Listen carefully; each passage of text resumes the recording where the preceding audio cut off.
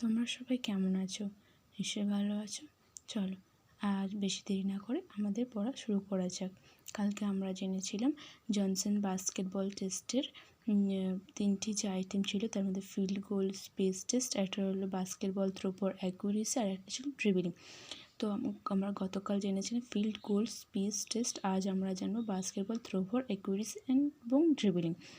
তো প্রথমে আমরা উদ্দেশ্যটা দেখব, কাদের শক্তি বাড়ায় এবং ছোড়ার অ্যাকুরেসি পরিমাপ করে।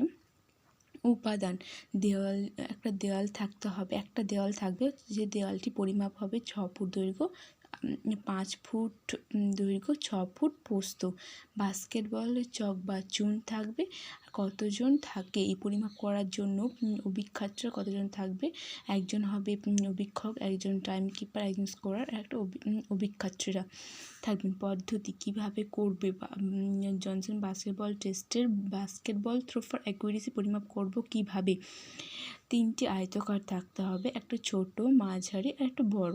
ছোটোটার পরিমাপ হবে 20 × 10 ইঞ্চি, মাঝারিটা হবে 40 × 25 ইঞ্চি, বড়টা হবে 60 × 40 ইঞ্চি। ঠিক আছে, এটা হবে একটা দেওয়ালের মধ্যে হবে।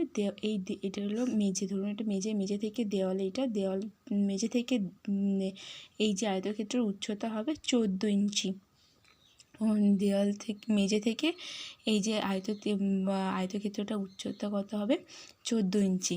তারপর এই যে মেঝে থেকে আমাদের 40 ফুট দূরে অভিক্ষার্থীকে দাঁড় করিয়ে দাঁড় করাতে হবে। দাঁড় করে বাস্কেটবল এই আয়তক্ষেত্রের গুলির মধ্যে যে কোনো একটা জায়গায় স্পর্শ করাতে হবে, যেন স্পর্শ করাতে হবে। ঠিক আছে, এটা হলো পদ্ধতি। এবার স্কোর করব কিভাবে? স্কোর করব এই যে অভিক্ষাত্রী, এই 3টে আয়তক্ষেত্র আছে না, যে ছোটো আয়তক্ষেত্রে দেখলে 3 লেখা আছে, মাঝারিটা 2 আর বড়টার কাছে 1।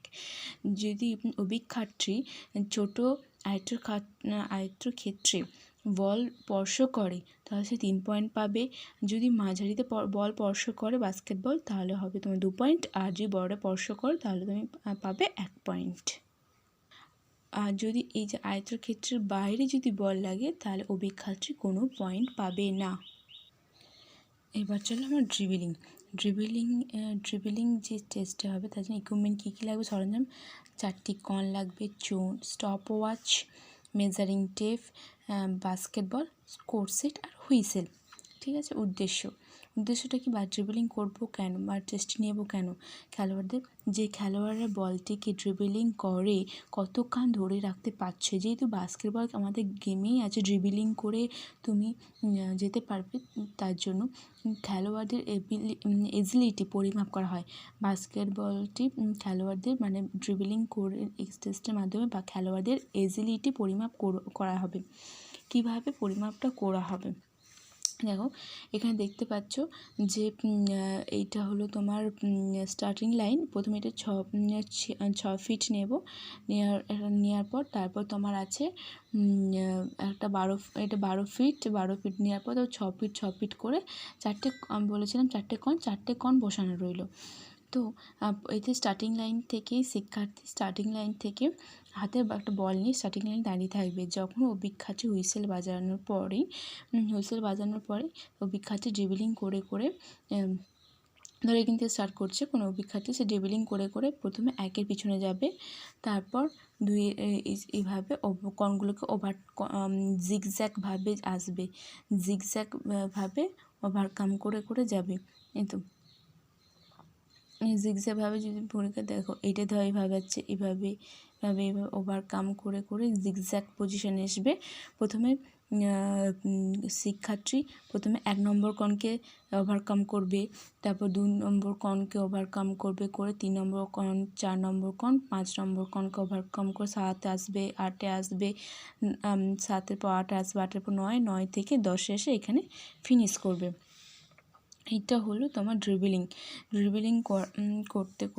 করা এবং ড্রিবলিং করবে, করার সাথে সাথে শুরু হবে, মানে অভিক্ষারটি ড্রিবলিং করবে, স্টপ ওয়াচ চালু হবে, চালু করার পর সেই কোনো যদি অভিক্ষারটি ড্রিবলিং করে করে তাকে সময় দেওয়া হবে 30 সেকেন্ড, কোনো অভিক্ষারটির সময় দেওয়া হবে 30 সেকেন্ডের মধ্যে কটা কণ এখানে কণ আছে ধরো, কটা কণ সে ওভারকাম করতে পারছে। যদি সে 3টে কণ ওভারকাম করতে পারে সে 3 পয়েন্ট হবে, যে 4টে কণ ওভারকাম করতে পারে 4 পয়েন্ট পাবে। আর যদি সে 30 সেকেন্ডের মধ্যে ধরো একটা ল্যাপ করে দিল, এভাবে গেছে, এইভাবে আসলো, এইভাবে গেল, জিগজ্যাগভাবে করে এখানে আসলো, আবার স্টার্ট করলো, তো একটা ল্যাপ হয়ে গেল।